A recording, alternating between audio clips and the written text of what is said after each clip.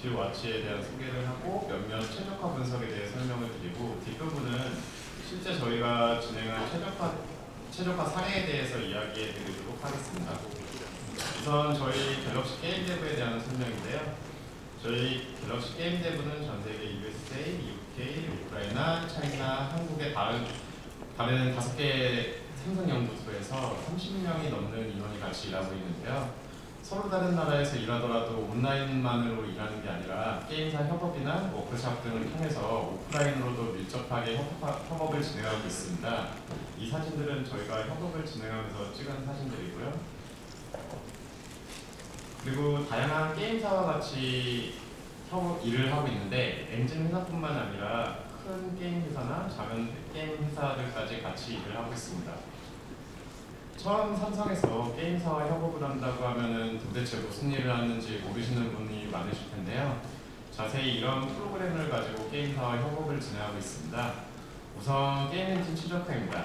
저희가 게임 엔진사와 협업을 통해서 게임 엔진을 최적화하면은 해당 게임 엔진을 사용하는 것만으로도 많은 게임사들이 좀 더 나은 성능을 얻을 수 있는데요. 이러한 점 때문에 저희가 게임 엔진에 대해서는 중점적으로 일을 하고 있고요. 그리고 NDA를 맺고 나면은 출시 이전에 갤럭시 디바이스를 받아서 테스트할 수 있게 지원을 해드리고 있습니다. 예를 들어 지금 같이 협업 중인 게임사들은 갤럭시 폴드를 이미 받아가지고 폴드에 대한 최적화나 성능 테스트를 진행하고 있습니다. 또한 게임을 분석해서 자세한 워크로드를 제공하는데요. 이 정보를 이용해서 게임사는 그래픽 퀄리티 세팅들을 적절하게 할 수 있는 거죠. 무엇보다도 저희가 사용하는 분석 툴이나 분석 방법에 대해 도움을 드리고 직접적인 현장 기술 지원을 통해서 협업해서 게임에 맞는 세세하고 디테일한 최적화를 진행해 드리도록 합니다. 이런 자세한 협업에 대해서는 차후에 얘기 드리도록 하겠습니다. 그리고 2016년 S7 언팩 때 에픽과 같이 불칸 프로스토스타 데모를 진행한 이후에 이렇게 많은 협업을 진행하는데요. 여기 나오진 않지만 다른 게임사와도 지금 협업을 진행 중에 있습니다. 게임 데모 소개 중에 잠시 삼성에서 개발한 퍼포먼스 체크 툴을 소개할까 하는데요. 저희 자사 제품 홍보를 한번 간략하게나마 해보도록 하겠습니다. GPU 와치는 PC와 연결이 필요 없이 단말에서 바로 성능 정보들을 볼 수 있는데요. 이네이블하면 이런 식으로 FPS나 CPU, GPU 사용량, GPU 프로파일 정보를 바로 볼 수 있는 거죠. 그러면 각 항목에 대해 하나하나씩 보도록 하겠습니다. 우선 가장 중요한 FPS를 좌측 상단에서 볼 수 있는데요. 현재 FPS와 100프레임 정도의 평균 FPS가 화면에 나타납니다. 그리고 현재 FPS가 계속적으로 나와가지고 프레임 드랍이 발생하면은 바로 확인해 볼 수 있습니다. 그리고 오른쪽 상단에는 CPU와 GPU 사용량을 볼 수 있는데요. 이를 통해서 차후에 설명드릴 CPU 바운드의 게임인지, GPU 바운드의 게임인지를 확인할 수 있습니다. 다음은 현재 분석 중인 화면에 대한 스크린샷이 보이고, 그 다음에 현재 프레임수와 렌더링 시간도 볼 수 있고요. 그 스크린 캡처된 시점의 렌더 패스 번호와 해당 렌더 패스 안에 있는 드로플 수, 페이로드도 보이게 됩니다. 이를 통해서 어느 렌더 패스가 좀 부하해 있는지를 간접적으로 한번 확인해 볼 수 있고요. 현재 3번 렌더 패스에서 드로플이 좀 많고 페이로드 좀 높은 걸 볼 수 있습니다. 그 다음에는 렌더 패스별로 버텍스와 프래그먼트에 대한 부하도 볼 수 있는데요. 여기서는 보면은 6번 렌더 패스에서는 버텍스 액티비티가 프래그먼트 액티비티에 과도하게 높은 것도 확인할 수 있습니다. 이쯤 되면 어떻게 GPU 와치를 이네이블 하는지 궁금하실 텐데요. S10부터 이런 기능을 사용하실 수 있고요. 디벨로퍼 옵션에서 GPU 와치를 이네이블 하면 되는데 일단 켜보면 안 보이실 거예요. 디벨로퍼 옵션에서 포스 GPU 렌더링이라는 항목이 있는데 그 항목을 5번 정도 클릭하게 되면은 안에 빨간 상자 안에 보이는 것 같이 GPU 와치 이네이블 항목이 보이게 됩니다. 거기서 GPU 와치 이네이블하고 확인할 어플리케이션을 선택한 다음에 렌더링 API, 불칸인지 오픈GL인지를 선택하고 어플리케이션을 실행하면 보이게 됩니다. 이런 식으로 보이게 되는데요. 주의할 점이 있는데 확인한 APK가 현재 퍼지 상태라면 해당 어플리케이션 노티피케이션을 껐다가 다시 켜야지 GPU 워치가 이네이블 되게 됩니다. 다음은 모바일에서 보이는 전류, 발열, 성능 간의 관계인데요. 개발 중에 성능을 측정하다 보면은 동일한 신을 성능 측정을 하는데 다르게 측정되는 것을 볼 수 있습니다. 이거는 이제 게임을 하다 보면은 스로틀링이 걸려서 그러는데요. 삼성 디바이스에서는 온도에 따라서 단계적으로 스로틀링을 걸게 됩니다. 오른쪽 그래프와 같이 게임을 하다 보면은 온도가 이렇게 올라가게 되고, 온도가 올라갈수록 CPU와 GPU의 클락이 점차적으로 낮아지게 됩니다. 그러면 프리퀀시가 낮아지니까 FPS도 점차 떨어지게 되고요. 그리고 최적화를 진행하다 보면은 FPS 성능 향상도 있긴 한데, 낮은 CPU, GPU 프리퀀시에서도 원활하게 동작을 하게 되고, 프리퀀시가 낮으니까는 발열 또한 완만하게 증가하는 현상이 발생합니다. 이런 식으로 온도에 따라 스로틀링이 발생하니까 같은 시나리오에서도 프리퀀시에 따라서 성능이 달라지게 됩니다. 이 이후에 나오는 저희의 성능 측정 자료는 최적화에 대한 정확한 수치를 측정하기 위해서 CPU와 GPU 프리퀀시를 특정 스로틀링 상태로 고정시키고 성능을 측정하는 것을 상기해 주시기 바랍니다. 다음에 이제 CPU와 GPU 바운드에 대해서 알아볼까 하는데요. 다들 아시겠지만 게임이 60fps가 나온다는 것은 1프레임이 16.6ms 안에 끝난다는 것이고요. 이는 16.6ms 안에 CPU 작업과 GPU 작업이 모두 끝난다는 거죠. 만일 GPU 부하가 심해서 GPU 작업이 좀 더 많은 시간이 필요하게 되면 FPS가 60fps 아래로 떨어지게 되는데, 이러한 현상을 GPU 바운드라고 저희는 부릅니다. 보통 GPU 유세지를 보면 쉽게 GPU 바운드를 확인할 수 있는데요. 아래 그림과 같이 FPS가 잘 안 나오고, GPU 유세지 또한 90% 이상이 되면 GPU 바운드 케이스를 보고 있고요. CPU 바운드는 GPU와 약간 다르긴 한데요. 기본적으로 언리얼이 멀티스레드로 동작하고 있고, CPU 또한 CPU 코어가 8개로 되어 있고, B코어 4개, 리을코어 4개로 동작하고 있습니다. 또한 각각의 코어들이 패러럴하게 동작해서 시스템스야 보는 것 같이 노는 구간도 보이고, CPU가 동작하는 구간도 보이고요. 따라서 이렇게 CPU가 FPS가 안 나오는데 CPU가 10% 이상이면은 저희는 CPU 바운드를 보고 있습니다. CPU 바운드와 GPU 바운드에 대해 설명드리는 이유는 이걸 통해 게임에 대한 최적화 방안을 고려하는 게 좋기 때문입니다. 테스트해보시면 아시겠지만 GPU 바운드인 경우에 CPU를 최적해봤자 성능 이득이 미미하거든요. 반대로 CPU 바운드인 경우에는 GPU 바운드를 최적해봤자 얻는 성능 이득이 미미합니다. 그래서 이러한 정보를 가지고 알맞은 최적화 방안을 세우면 성능 개선에 많은 도움이 될 것입니다. 이제 본 설명에 앞서 불칸 API에 대해서 진짜 간략하게 설명을 하고 넘어갈까 하는데요. 이제는 불칸이 나온 지도 좀 돼가지고 여기 계신 분들도 어느 정도 다 알고 있다고는 생각이 됩니다. 불칸의 장점은 세세하게 컨트롤이 가능하고, 또 오픈젤 대비 CPU 바운드가 줄어드는 이점이 있습니다. 다만 GPU 드라이버가 해주던 다양한 최적화가, 그러니까 저희가 할 필요가 없었던 다양한 최적화가 불가능하고, 사용도 좀 어렵고, 코드 또한 GL에 비해서 길어진다는 단점이 있죠. 오랜 시간 기다려주셨는데 드디어 이제 불칸 최적화 사례에 대해 볼까 합니다. 불칸이 나온 지는 좀 됐지만 아직도 웹에는 상대적으로 불칸에 대한 최적화 방법이 많이 나와 있지는 않아요. 그래서 이제 저희가 어떻게 최적화를 진행했는지 사례를 통해서 한번 보시죠. 우선 포트나이트인데요.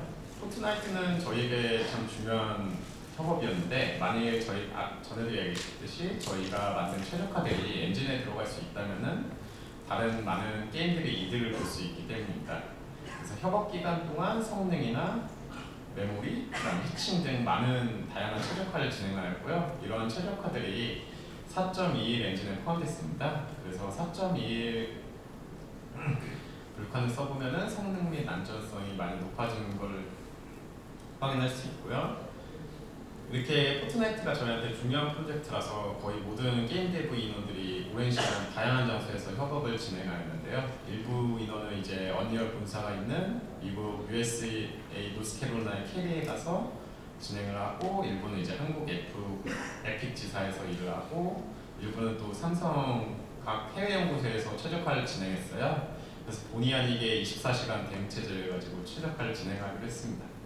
그래서 결과적으로 노트 9에서 49 FPS 나오던 것이 53 FPS로 성능 향상을 얻을 수 있었습니다. 이 성능 측정은 최적화 막바지에 저희 최적화를 끈 것과 킨 것만의 차이를 잰 것으로 콘텐츠 부분을 이제 동일하게 측정을 하였습니다.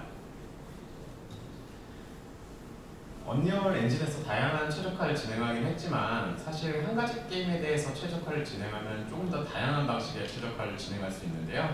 엔진은 여러 가지 게임의 다양한 환경에 대해서 안정성을 보장해야 되지만 한 가지 게임에 대한 최적화를 할 때는 여러 가지 다양한 시도를 해볼 수 있기 때문입니다. PUBG 같은 경우에는 자체적으로 텐세트에서 구현한 CPU 오클루전을 사용하고 있었는데요. 이를 위해서 맵 프레임 락과 언락을 호출하고 CSS에서 보면 이로 인해서 웨이트하는 구간도 있었습니다. 이 부분을 저희는 새 프레임 이후에 락과 언락을 하도록 바꿔가지고 CSS 상에서 웨이트가 없도록 수정을 했고요. 그 다음에 RHI 스레드를 이네이블해서 CPU도 최적화했고 또 블룸 패스도 최적화를 진행하였습니다. 이를 통해서 프리퀀시 고정 없는 상황에서 약 30%의 성능 이득을 얻을 수 있었고요. 다음은 최근 출시한 테라입니다. 포트나이트 이후 맡은 하이엔드 MMORPG인데요. 유추와 유사하게 트라 게임에 대해서 렌더링 오도나 렌더 패스, 로드 스토어 오퍼레이션 등 다양한 오티마이제이션을 진행하였고요. 대략 약 2배 정도의 성능 이득을 볼 수 있었습니다. 앞에 이야기한 PUBG만의 최적화나 트라만의 최적화 같이 엔진에 포함되지 않는 특정 게임에 맞춘 최적화는 이후 박종현님이 자리에 설명해 주실 거고요. 저는 이제 언리얼 4에 인티그레이트된 최적화 사례를 좀 더 자세히 보도록 하겠습니다. 우선 파이프라인 크리에이션입니다. 기존 엔진에는 해당 API가 오른쪽 상단에 볼 수 있듯이 CPU 1번과 3번에 돌고 있었는데요. 다들 아시다시피 모바일 AP는 이제 빅코어와 리들코어로 구성되어 있는데 갤럭시 같은 경우에는 0번에서 3번이 리들코어, 4번에서 7번이 빅코어입니다. 그래서 파이프라인 크리에이트하는 스레드의 프리오리티를 올려가지고 상당한 이득을 볼 수 있었는데요. 이후 해당 API가 CPU 5번 또는 7번에서 도는 것으로 확인할 수 있습니다. 포트나이트 경우에는 파이프라인 크리에이션이 앱을 설치한 다음에 첫 실행에 한꺼번에 하게 되어 있는데요. 이때 보통 4,000개의 파이프라인을 생성하는데 수치에서 보면 알 수 있듯이 거의 생성 시간을 50% 정도 절감하였고요. 로딩 타임도 줄여주긴 하지만 게임 중에 파이프라인을 생성하는 부분이 있습니다. 이때 보통 히칭이라는 현상이 프레임 드랍이 생기게 되는데요. 이때도 성능이 좋아져가지고 전반적으로 게임 플레이 도중에 히칭도 많이 줄일 수 있었습니다. 다음은 렌더링 모드인데요. 다들 알고 계시겠지만 최종 화면에 그려지지 않는 물체는 먼저 드로잉을 할 필요는 없습니다. 앞에 보이는 물체부터 그리면 나중에 다른 물체에 가려져서 그려지지 않는 물체는 뎁스 테스트를 이용해서 그려지지 않게 되는데요. 이를 통해서 GPU의 프래그먼트 잡을 줄일 수 있습니다. 기존의 언리얼 엔진에는 드로우 비즈블 프론트 백 투 프론트 투 백 함수를 통해서 그려야 할 물체 소팅 후에 앞에 보이는 물체부터 드로잉을 하긴 하는데요. 다만 해당 함수가 원하는 대로 동작을 하진 않고 있더라고요. 그래서 저희 쪽에서 개선을 했는데요. 물체 ZDEPS나 버텍스 카운트 등을 이용해가지고 소팅을 해서 최대한 앞에 있는 물체부터 그리도록 개선했습니다. 그래서 오른쪽 위에가 개선 전이고요. 아래가 개선 후입니다. 밝게 보이는 부분이 많이 오버드로우된 영역이고요. 전후로 이제 비교해 보면은 캐릭터 하단부나 좌측, 우측을 보면은 오버드로우가 많이 개선된 걸 볼 수 있습니다. 성능 또한 해당 씬에서 2 FPS 정도 형성되었고요. 만일 FPS를 30 FPS로 고정해 보면은 GPU 사용량이 62%에서 57%로 많이 이렇게 줄어든 것을 볼 수 있습니다. 다음은 쿼리 매니지먼트 쪽도 개선을 진행하였는데요. 오클루전 컬링은 물체가 많이 가려진 경우에 성능에 도움이 될 수 있습니다. 다만 환경에 따라서 성능이 오히려 안 좋아지기도 하는데요. 그래서 오클루전 컬링을 사용하기 전에는 한번 성능 측정을 해보고 이네이블 하는 것을 권장해드립니다. 불칸에서는 이 오클루전 컬링을 위해서 VK 쿼리 풀이나 VK 쿼리 타입 오클루전 타입을 지원합니다. 쿼리 방법은 다음과 같이 3단계로 진행되는데요. 우선 쿼리 풀을 생성하고 비긴 쿼리와 엔드 쿼리 사이에 드로우를 호출합니다. 이후 쿼리 결과를 가져오고 쿼리를 다시 사용하기 위해서 쿼리 풀 리셋 쿼리 풀을 호출하게 됩니다. 기존의 언리얼 쿼리 매니지먼트에 약간 문제가 있었는데요. 원래 구현으로는 위쪽 그림과 같이 쿼리 풀이 글로벌하게 사용되고 있었습니다. 이런 형태로 계속 사용하게 되면은 각 쿼리에 대한 사용이 다르다 보니까는 점차 프래그먼테이션 현상이 발생하게 되는데요. 아시다시피 프래그먼트 현상이 발생하게 되면 검색이 느려지게 되고 이로 인해서 전반적인 성능 저하가 올 수 있습니다. 다행히 불칸에는 이런 풀을 한 번에 쿼리 리절트를 가져오거나 쿼리 풀을 리셋하는 API가 존재하는데요. 사실 이로 인해서 쿼리 리절트를 각 물체마다 부를 필요는 없고 여러 쿼리에 대한 리절트를 한 번에 가져올 수 있습니다. 또한 리셋 쿼리 풀 경우에는 한 개의 큰 쿼리 풀을 사용하는 방식에서는 쿼리 풀 안에 바로 전에 사용했던 쿼리도 있기 때문에 쿼리에 대한 관리 정책도 따로 가지고 있어야 되는데요. 이것을 글로벌이 아닌 각 프레임마다 전용 풀을 사용하게 되면은 새 프레임 이전에 사용했었던 쿼리 풀을 리셋할 수 있습니다. 여기서 새 프레임이라고 굳이 하는 것은 안드로이드 그래픽 프레임워크가 3개의 서페이스를 가지고 동작하게 되는데요. 따라서 새 프레임 이전에 사용했던 리소스가 그 사이에 사용이 안 됐다고 하면은 그 리소스를 이제 릴리즈에도 문제가 없게 됩니다. 이를 수도코드로 보면 다음과 같은데요. 이렇게 이전에는 각 물체마다 쿼리 리조트를 호출하고 리셋 쿼리를 불렀는데 개선 후에는 오른쪽과 같이 프레임 시작 때 한 번만 쿼리 리조트와 쿼리 풀 리셋을 부르면 됩니다.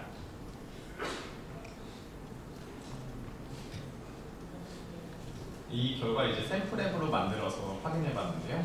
기존에는 이제 get 쿼리 리절트가 한 프레임에 약 30번 정도 불리고 수행 시간이 약 10ms 걸리던 걸 한 프레임 내에 한 번 불리고 수행 시간이 1ms 정도로 걸리게 최적화를 진행했습니다.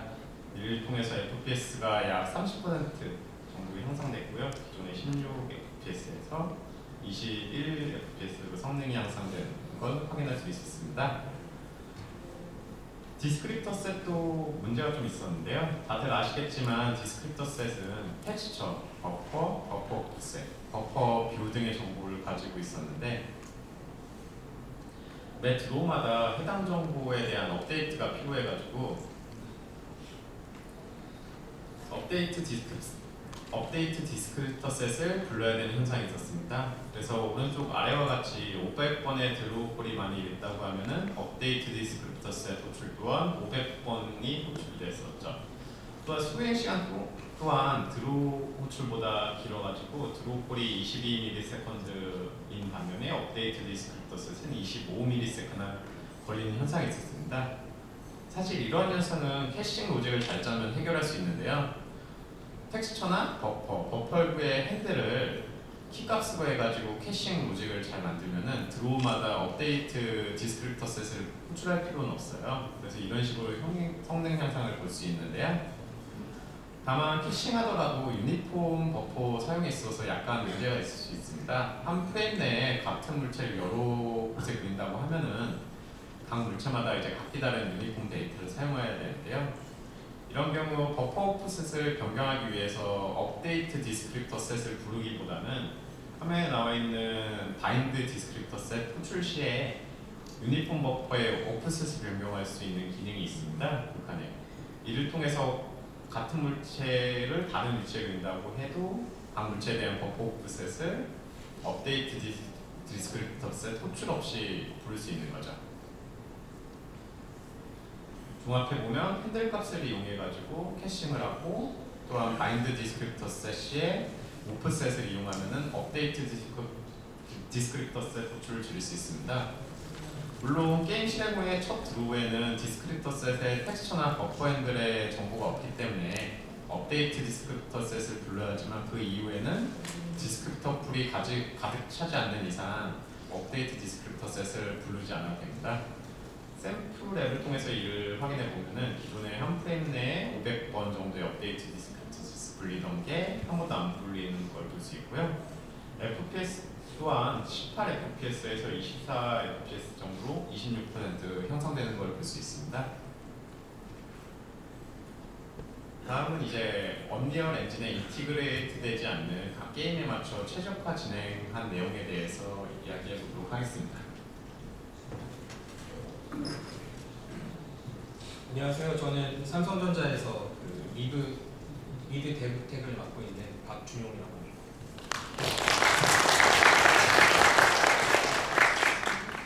언리얼 엔진은 이제 단연간의 모바일 지원을 통해서 이미 잘 디자인이 되어 있고, 특히 최신의 이제 포트나이트를 통해서 그 실제 모바일 쪽에 필요한 픽스들이 이제 엔진에도 적용이 되면서 최적화 또한 꽤 잘 이제 준비되어 있는 편이라고 생각합니다. 그래서 대부분의 경우에는 렌더링 쪽을 따로 건드릴 필요가 없지만, 이제 이 챕터에서는 앞서 이제 김대현님이 소개해드린 저희가 컨트리뷰션한 공통적인 불칸 최적화를 위해 최근에 협업을 진행했던 이제 모아이 게임즈 트라를 예시로 해서 이제 저희가 좀 마른 걸레에서 물기를 짜낸다고 하는데, 이런 심정으로 저희가 시도했던 여러 가지 어떻게 보면 좀 과격한 방법을 소개해 보려고 합니다. 가능하면 이제 직접적인 불칸 내용보다는 불칸 RHI에 했던 체인지 이외에 적용한 방법들을 추렸고요. 이제 10가지 방법 정도를 소개해 드릴 것 같습니다. 그래서 제목처럼 좀 과격하긴 한데 몇몇 방법들은 잘못 사용하시면 화면이 깨진다거나 렌더링 이슈들을 발생시킬 수 있고, 몇몇 방법들은 제대로 된 체크 없이 적용을 하면 오히려 성능을 악화시킬 수 있다는 점을 미리 공유드리고 시작하겠습니다. 우선 시작하기 전에 저희가 게임사 파견 시 사용하는 툴들을 좀 소개시켜 드리려고 합니다. 저희가 가장 많이 도움을 받고 있는 건 역시 렌더독이라는 툴인데요. 이제 이를테면 비주얼 스튜디오를 사용할 때 비주얼 어시스트가 있고 없고의 차이인 만큼 예전에는 어떻게 디버깅하고 개발을 했었는지 좀 엄청 강추드리는 툴입니다. 현재 공식 버전 1.4 버전까지 나와 있고요. 언리얼도 이제 안드로이드 단말 디버깅 환경이나 관련 툴들이 아주 잘 되어 있지만, 실시간으로 렌더 패스 구조나 특정 쉐이더가 문제가 있어서 렌더독을 통해서 바로 고쳐서 단말에서 실시간으로 수정이 되는지를 확인할 때는 아직은 렌더독만큼 좋은 툴은 저희가 찾지 못한 것 같습니다.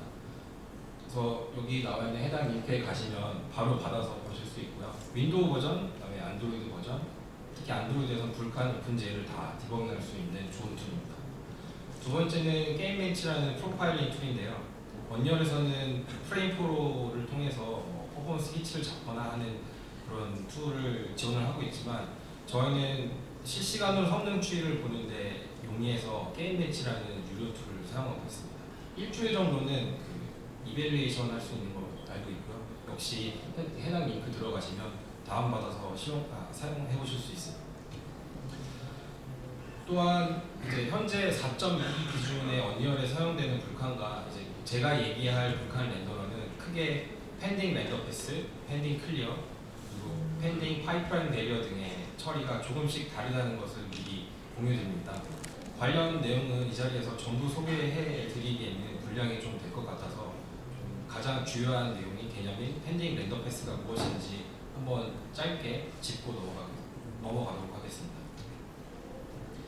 언리얼의 경우는 아시다시피 이제 데이터 드리븐 엔진이기 때문에 렌더링을 위해서 렌더 타겟이 설정되고 렌더 패스가 열리더라도 때로는 클리어를 위해서 비어있는 렌더 패스를 의도적으로 부르거나 아예 그 렌더 패스 안에 보시면 저쪽 왼쪽을 보시면 렌더 패스와 비긴 그리고 엔드가 불렸는데 그 사이에 드로우볼이 없는 경우가 있습니다.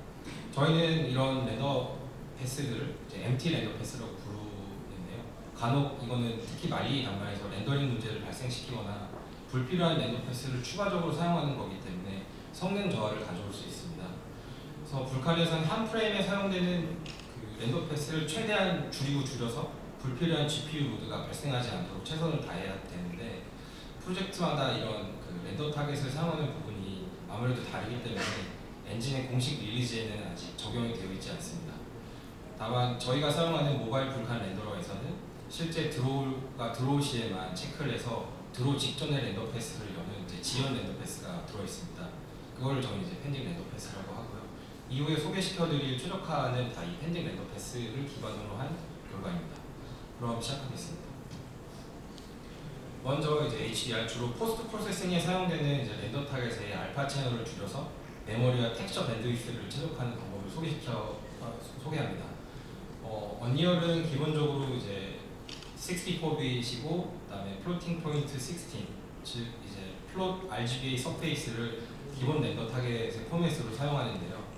언리얼의 그래픽 파이프라인 중에 몇몇 렌더 패스는 사실은 알파 채널을 그닥 필요로 하지 않습니다. 단 뎁스 오브 필드나 뎁스를 알파에 저장해서 사용하는 몇몇 패스들은 필수적으로 알파 채널이 있어야 됩니다. 다만 현재 시장에 나와 있는 대부분의 게임에서 뎁스 오브 필드가 아무래도 그 GPU 처리하는 비용이나 이런 단말의 성능 문제랑 직접적으로 연관이 있기 때문에 옵션을 통해서 제공하시는 경우가 대부분인데요. 그래서 저사양 퀄리티 및 이제 옵션을 통해서 뎁스 오브 필드가 사용되지 않는 경우 이 방법을 적용할 수 있습니다.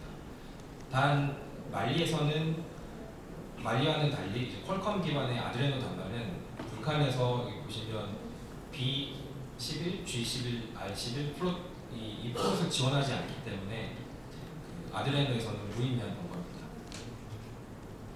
먼저 갤럭시 S10에서의 최적화 결과입니다. 최대 FPS를 30fps로 고정한 상태고 저희가 주로 체크했던 그 트라의 좀 복잡한 실에서 체크한 결과고요. 오른쪽에 GPU 로드를 보시면 약 1% 정도 로드가 감소한 걸 보실 수 있을 텐데요. 어떻게 보면 1%라고 하면 되게 작은 수치일 수 있겠는데 저희가 생각하는 모바일에서 최적화는 티끌을 모아서 태산이라고 생각합니다. 그래서 작은 수치를 모아서 최적화를 하는 게 일단 저의 기본적인 방침입니다. 그리고 앞서 그 김도현님도 간략하게 소개를 해드렸는데 제가 앞으로 소개해드릴 성능 데이터는 GPU와 CPU를 특정 플럭에 고정된 상태에서 측정한 데이터라는 것을 공유드립니다. 그리고 U2의 경우 프로젝트마다 이제 커스터마이즈가 잘 돼 있어서 실제 프로젝트에 적용하실 때는 해당 이 패스가 실제 알파 채널을 사용하는지 확인하고 적용하시는 게 좋을 것 같습니다. 아래 보이는 이제 전체 화면이 블러가 된 것처럼 보이는 뿌연 스크린샷은 저희가 미처 이제 트라 최적화를 진행할 때 뎁스 오브 필드를 고려하지 않고 진행해서 발생했던 문제였고요. 이것 때문에 트라에서는 앞서 소개해드린 이제 옵션을 통해서 뎁스 오브 필드가 꺼진 상황에서만 포맷 최적화를 진행하는 방식으로 적용했습니다. 간략하게 이제 적용 코드를 소개해드리면 씬 렌더 타겟 CPP에 get desired mobile sync 포맷을 통해서 이제 렌더 타겟에 사용되는 포맷을 변경할 수 있었습니다. 저희는 이제 말씀드린 대로 enable post processing DOF라는 콘솔 커맨드를 따로 추가했고요. 옵션과 이 커맨드를 연동해서 사용했습니다. 위에 보시면 이제 B1 알파 채널이 이제 false인 경우 30위트 포맷인 이제 R11, G11, B11, B10을 우선적으로 사용하게 됩니다. 이제 해당 변경된 코드를 통해서 블룸 셋업 및 선 마스크 즉 이제 이 패스들은 알파 채널을 꼭 가지고 있어야 하기 때문에 이런 포맷 이 패스들에는 알파 채널을 포함한 포맷을 우선적으로 쿼리를 했고요. 이외에 다른 포스트 프로세스 패스에 대해서는 알파 채널을 포함하지 않은 RGB 포맷을 사용할 수 있도록 변경했습니다. 다음으로 넘어가서 두 번째 최적화는 렌더 패스를 이제 돈 케어 오퍼레이션으로 여는 건데요. 불칸에서는 오픈GL의 이제 바인드 프레임 버퍼의 단위에 해당하는 렌더 패스라는 개념이 있습니다. 일반적으로 알고 계시는 렌더 패스와 동일한 개념입니다. 이 렌더 패스 안에 무엇을 그리려고 할 때 바로 이전 렌더 패스의 데이터를 어떻게 가져올 것인가를 결정하는 로드 오퍼레이션이라는 개념이 있고요. 다 그린 결과를 저장할 것인가, 저장하지 않을 것인가를 결정하는 스토어 오퍼레이션이라는 개념이 있습니다. 먼저 로드를 보시면 이제 클리어, 로드, 돈 케어라는 세 가지 타입을 지원합니다. 이 중에 돈 케어를 주의 깊게 볼 필요가 있는데요. 말 그대로 렌더 패스 로드할 때 드라이버가 무슨 짓을 하던 신경 쓰지 않는다는 것을 나타내고 그리고 대부분의 드라이버는 특별한 조건이 없는 한 실제로 아무 짓도 하지 않습니다. 이 이야기는 결과적으로 GPU 로드를 줄일 수 있다는 걸 의미합니다. 하지만 현재 언리얼의 포스트 프로세싱에 사용되는 패스들을 자세히 살펴보면 실제 이전 패스의 렌더링 결과를 별도 모듈을 통해서 가져오는 게 아니라 텍스처로 리졸브해서 그 텍스처를 인풋 파라미터로 가져와서 포스트 프로세싱을 적용하고 있는데요. 그래서 이런 로드로 사용되고 있던 부분을 전후 관계를 비교했을 때 특별하게 로드나 클리어를 사용할 필요가 없는 패스들은 모두 돈케어로 최적화가 가능합니다. 그래서 저희는 이제 트라이의 경우에 포스트 프로세싱에 사용되는 패스들의 모드들을 다 돈케어로 바꿨습니다. 그래서 여기 슬라이드 보이시는 것처럼 셋업, 다운, 업, 마스크, 알파, 블러, 머지, 톤랩 등을 다 돈케어로 변경을 했고요. 결과를 보시면 오른쪽에서 이제 오른쪽 S10에서 측정한 결과인데요. 80이랑 77, 대략 3%의 GPU 로드가 감소된 것을 보실 수 있습니다. 실제 코드를 적용하는 부분은 생각보다 간단합니다. 이미 언리얼에서는 로드 오퍼레이션을 명시하고 있기 때문에 대부분의 렌더 타겟에서 설정하는 부분에서 이제 이 클리어를 단지 이 노 액션으로 변경하는 것이 전부입니다. 단 전후 상황을 꼭 체크하신 다음에 적용하시기를 권장드리고요. 노 액션, 즉 돈케어로 바꾸는 것은 이제 해당 드라이버가 어떤 이상한 라이트를 해도 무관하다는 것이기 때문에 예를 들어서 4.21에 추가된 걸로 알고 있는데 새로 추가된 디스토션 패스에 어큐뮬레이트 패스 등의 잘못 이 돈케어를 적용하시면 화면이 아예 깨져버리는 등의 이상 현상이 발생할 수 있습니다. 또한 로드처럼 이제 스토어, 저장 시의 오퍼레이션도 스토어 혹은 돈케어를 사용하실 수 있는데요. 이런 경우가 흔치 않지만 예를 들어 마지막 렌더 패스의 특정 드로잉이 뎁스 정보를 참조해야 하나 최종적으로는 컬러 아웃풋으로 컬러만 써야 할 경우일 때 뎁스의 렌더 버퍼, 불칸에서 어태치먼트라고 하는데요. 돈케어를 사용하면 역시 GPU 로드를 감소시킬 수 있습니다. 따라서 보시는 것처럼 셋 렌더 타겟 이외에 각각 렌더 버퍼를 이제 명시적인 비긴 렌더 패스, 엔더 렌더 패스를 통해 렌더 패스를 열고 닫을 수 있기 때문에 각각의 컬러, 뎁스, 스텐실의 사용 여부에 따라서 로드할 때와 스토어를 적절하게 조합해서 프로젝트나 시내의 상황에 맞는 최적화가 가능합니다. 다음은 이제 세 번째로 시도할 만한 최적화인데 이제 죄송합니다. 톤맵에 사용되는 라이팅 룩업 테이블을 매 프레임 그리지 않는 것입니다. 이전 프레임과 현재 프레임 비교해서 그리지 않는 것인데요. 결과부터 보여드리면 이제 LUT를 필요할 때만 업데이트해서 렌더 패스 하나를 줄일 수 있었고 이는 이제 1% 정도의 GPU 로드 감소로 나타났습니다. 우선 이 적용은 그 포스트 프로세싱 CPP의 에드 톤 매퍼를 보시면 여기서 이제 그 실제 LUT 텍스처를 제너레이션 하는데요. 이 부분에서 검사를 통해서 스킵이 가능합니다. 각각의 프로젝트 혹은 그 포스트 프로세싱 볼륨 설정에 따라서 LUT 변경에 사용하시는 값들이 다 다를 거라고 생각합니다. 우선 트라이의 경우에서는 이제 컬러 컨트라스트, 세츄레이션, 감마, 그다음에 텍스처, 그리고 스크린 퍼센테이지 그 이외에 그 LUT 텍스처에 영향을 미치는 값들을 변경해서 검사했었습니다. 이렇게 이전 프레임과 현재 프레임을 저장해서 각각 사용되는 부분에서 변경되는 값들이 있는지 체크를 했고요. 만약 무언가 변경된 값이 있다면 포스트 프로세스 컴바인 LUT로 더 진행을 해서 업데이트를 하고 아닌 경우 스킵하게 적용을 했습니다. 스킵된 경우에도 이전에 그려졌던 LUT 정보는 남아있기 때문에 해당 LUT 텍스처를 그대로 사용하게 됩니다. 주의할 점은 아예 LUT가 설정되지 않는 볼륨의 경우 좀 렌더링 이슈들을 만들어낼 수 있었는데요. 이런 경우는 그 파이널 포스트 프로세싱 세팅지에 그 컨트리뷰팅 LUT 그 어레이 사이즈가 1인 경우 그 경우에는 볼륨의 LUT가 설정이 안 돼 있다는 말이기 때문에 이런 경우는 이제 한번 그린 뒤에 그 뒤에부터 스킵하면 동일하게 최적화가 가능합니다.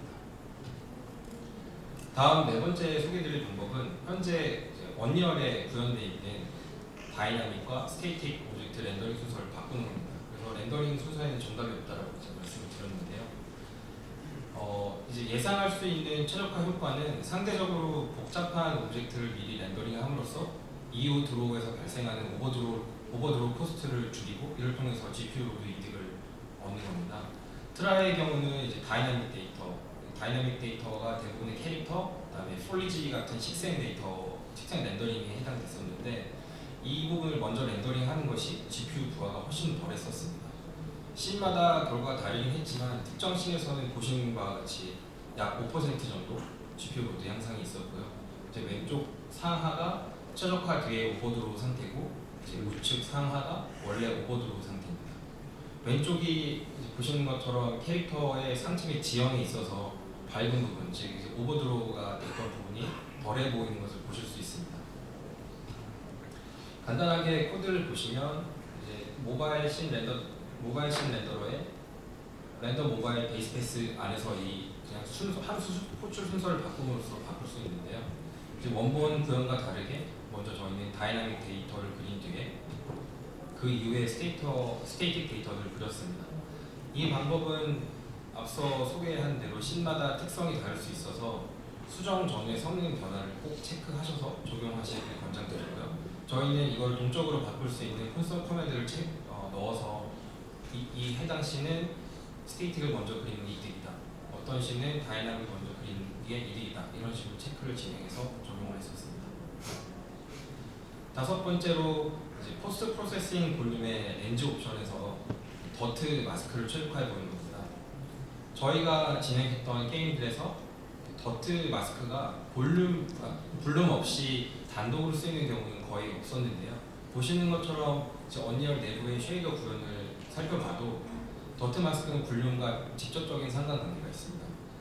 문제는 보통 더트 마스크가 화면 전체를 커버하는 경우가 많기 때문에 2K 혹은 그 이상의 고해상도 텍스처가 사용된다는 건데요.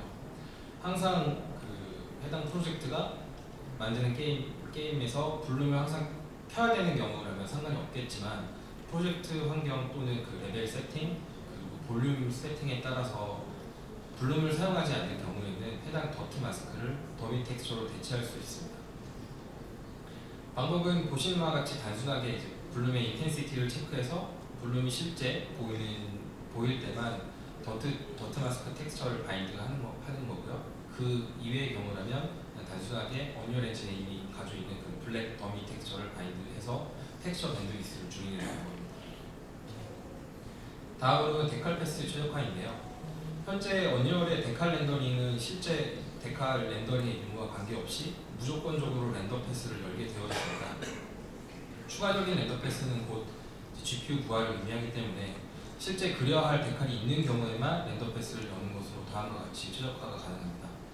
잠깐 코드를 보시면 저기 if 1 안에 있는 need to start render pass가 저희가 작업한 내용이고 else 밑이 원래 언리얼에 현재 구현되어 있는 내용인데요. 보시는 바와 같이 그냥 이 begin rendering scene color를 통해서 무조건적으로 렌더 패스를 열게 되어 있습니다.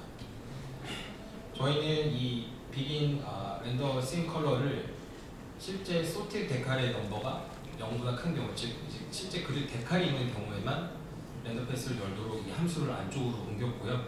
이를 통해서 데칼이 없는 경우에는 렌더 패스를 열지 않도록 최적화를 진행했습니다. 그리고 일곱 번째는 이제 블룸에 관련된 건데요. 많이 사용하시는 블룸을 요새 대부분의 게임들이 적용하고 있는데 이 부분을 최적화해보는 것입니다. 언리얼에서는 이제 기본 블룸 외에 스몰 블룸 등 최적화된 블룸을 제공하는데요. 문제는 실제로 사용하시기에는 효과가 너무 작게 보인다는 문제가 있다는 겁니다.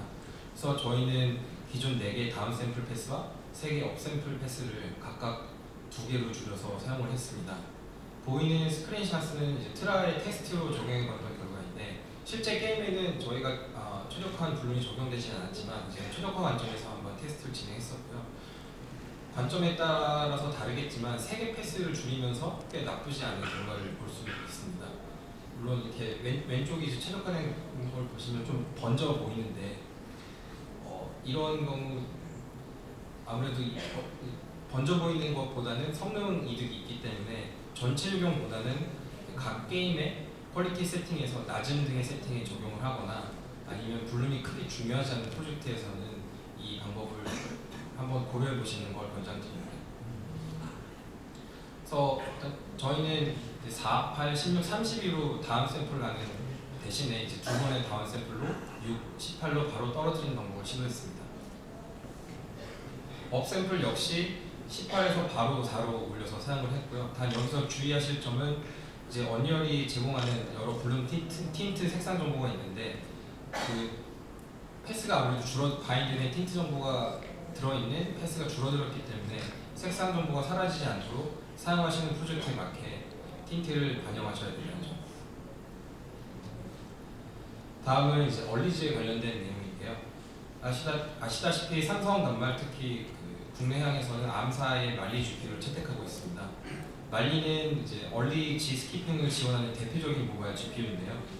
간략하게 얼리지란 이제 레스토라이제이션 이후에 픽셀 쉐이딩 전에 뎁스 테스트의 드롭 여부를 미리 판단함으로써 GPU의 부하를 줄이는 것입니다. 자세한 내용은 제가 좀 검색을 해봤더니 작년 언리얼 서밋 2018에서 박창현님께서 발표하신 모바일 렌더링 개요 자료를 보시면 거기에 엄청 설명이 잘 돼 있더라고요. 참고하시는 것을 추천드립니다. 우선 말리에서 얼리지를 사용하려면 여기 보이는 것처럼 세 가지 조건에 해당하지 않아야 됩니다. 첫 번째로 프래그먼트, 픽셀 쉐이더에서 뎁스를 변경하는 모든 처리, 뎁스 바이오스를 사용하거나 GL 프랙 뎁스를 통해서 쉐이더에서 뭔가 뎁스에 직접 라이팅을 하거나, 그리고 두 번째로는 MSA를 사용하면서 알파2 커버리지를 이네이블해서 사용하거나, 마지막으로 쉐이더에서 디스카드를 사용하는 경우입니다. 저희가 협업했던 대부분의 프로젝트는 모두 디스카드가 원인이었습니다. 트라의 경우에는 그 렌더링 옵션 중에 Allow 글로벌 클립 플래닝 활성화되어 있었는데요. 이 글로벌 클립 플래닝 활성화된 경우는 거의 모든 드로우에 쉐이더 안에서 디스카드가 포함되어 버리기 때문에 필요한 경우에만 활성화할 것을 권장드립니다. 또한 인스턴스 메쉬의 LOD 옵션을 보시면 그 디러드 트랜지션이라는 게 있는데요. 이걸 사용하는 경우 해당 메쉬들의 렌더링에 디스카드가 포함되어 버립니다. 다만 이 부분은 실제 이제 디러드 트랜지션을 사용할 수가 없기 때문에 이걸 체크 안 하면 실제 렌더링 퀄리티와 트레이드 오프의 관계에 있습니다. 그래서 성능과 퀄리티를 적절하게 고민하셔서 결정하시길 권장드립니다. 우선 트라이의 경우에는 위에 두 가지가 모두 사용돼서 거의 모든 쉐이더에 디스카드가 존재했었는데요. 해당 부분을 최적화한 이후에는 이제 성능 테스트에서 보신 바대로 S8 기준 보통 퀄리티 옵션에서 FPS 향상이 있었고요. 거의 9 FPS 정도 올라갔고, 이미 60으로 돌고 있었던 낮은 퀄리티에서는 GPU 로드가 현저하게 줄어든 괄목할 만한 향상이 있었습니다. 다음으로 이제 아홉 번째 방법으로는, 이건 불칸에 관련된 내용이긴 한데요. 불칸에서는 커맨드 버퍼라는 개념이 있습니다. 그래서 현재 드로우와 다음 드로우가 만약에 같은 버텍스 버퍼와 인덱스 버퍼를 사용한다면 이미 커맨드 버퍼 안에 이전에 사용됐던 그 버텍스와 인덱스 버퍼가 바인드 되어 있기 때문에 다시 바인드를 하지 않아도 됩니다. 그래서 이 최적화된 다음과 같은 조건 체크를 통해서 가능한데요. 우선 그 성능 향상부터 보시면 이제 말리에서 2fps 정도 향상이 있었고, 저희가 트라 외 여러 프로젝트에서 시도한 바로는 아두이노에서 성능 향상이 두드러지게 나타납니다. 어쨌든 말리, 아두이노 둘 다 성능 향상을 얻을 수 있습니다. 다만 이제 버텍스 및 인덱스 버퍼 스킵이 가능한지를 체크할 때 보시는 것처럼 인덱스 버퍼는 같은 인덱스 버퍼 오브젝트를 사용하는지 체크하고, 같은 오프셋을 사용하는지, 같은 커맨드 버퍼를 사용하는지, 같은 파이프라인을 사용하는지, 또 같은 프레임을 사용하는지 체크를 해야 하고요. 네, 버텍스 버퍼 역시 같은 불칸 버텍스 버퍼를 사용하는지, 바인딩 인덱스가 같은지, 그 다음에 같은 옵셋을 사용하는지를 체크해서 스킵이 가능합니다. 이 스킵이 하는 게 굉장히 중요하긴 한데, 여기 언급드린 이런 조건을 만약에 제대로 지키지 않으신다면 모든 캐릭터가 사방으로 찢어지는 화면을 보실 수 있게 될 겁니다. 그래서 주요한 픽스이긴 하지만 꼭 여기 나열되어 있는 조건을 체크해서 적용해 보시길 권장드립니다. 그리고 마지막으로 제 GPU 파티클에 사용되는 그 시뮬레이션 렌더 타겟 사이즈를 줄이는 것인데요. 4.2이 이제 4.1로 넘어오면서 GPU 파티클을 사용하는 프로젝트가 많아졌습니다. 물론 이 렌더 타겟뿐 아니라 GPU 파티클을 사용하게 되면 렌더 패스가 6개 정도 추가되게 되는데 이제 아무래도 GPU 파티클을 사용하면 이제 퀄리티가 좋아지기 때문에 그 6개 패스를 다 없앨 수는 없었고, 다만 이제 현재 원열 구현부를 보면 이 시뮬레이션 렌더 타겟이 1K 그 렌더 타겟으로 되어 있는데, 실제 연산으로 사용되는 부분을 보면 저기 왼쪽에 사각형의 아주 미세한 부분, 첫 번째 줄도 못 채울 만큼만 실제 사용이 되고 있습니다. 그래서 사용하시는 프로젝트의 어떤 연산량에 따라서 이 렌더 타겟 사이즈를 좀 더 낮은 해상도로 변경함으로써 텍스처 밴디스랑 프래그먼트 코스트를 둘 다 최적화하실 수가 있습니다. 보시는 바와 같이 직접적으로 코드를 수정하셔도 되고요. 이제 콘솔 커맨드 여기 보시면 fx.gpu 시뮬레이션 텍스처 사이즈 x를 이제 뭐 디바이스 프로파일이나 이런 쪽에 명시하심으로써 그런 관련된 이 사이즈를 줄이는 것도 가능합니다. 네, 여기까지 저희 이제 최적화된 내용 발표드렸고요. 긴 내용 들어주셔서 감사합니다.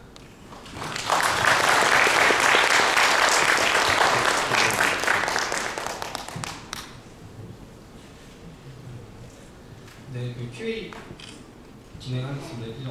한민규님이 질문해주신 내용인데요. 최적화 이후에 그 GPU 모듈을 내려가고 전력 사용량이 올라가는 자료가 몇 개 있던데 전력 사용량과 GPU 모듈의 다른 상관관계가 있다고 말씀 주셨는데, 일단 그 제가 드린 데이터에 있는 그 전력 데이터는 신뢰할 수 있는 데이터는 아닙니다. 그래서 저 툴이 이미 뱉어내는 결과라서 그렇게 들리는 경우가 있고요. 보통 GPU 로드가 내려가면 전력도 같이 내려갑니다. 네, 다만 근데 이제 저 GPU가 가지고 있는 여러 프리퀀시가 있는데, 이게 100이라는 프리퀀시가 있고 200이라는 프리퀀시가 있는데, 그 GPU 로드가 100에서의 50과 그다음에 200에서 50이 다르기 때문에, 그러니까 사용된 전력량이 다르기 때문에 그 부분은 좀 차이가 있을 수 있습니다. 그리고 다른 질문 하나는 이제 김종민님이 주신 질문인데, GPU에 맞춘 데이터를 실시간이나 특정 PC로 가져올 수 있나라고 질문 주셨는데, 네, 지금은 되어 있지 않습니다. 아주 좋은 피드백인 것 같고요. 이거는 저희가 곧 구현해서 지원하는 걸로 고려해보겠습니다. 감사합니다.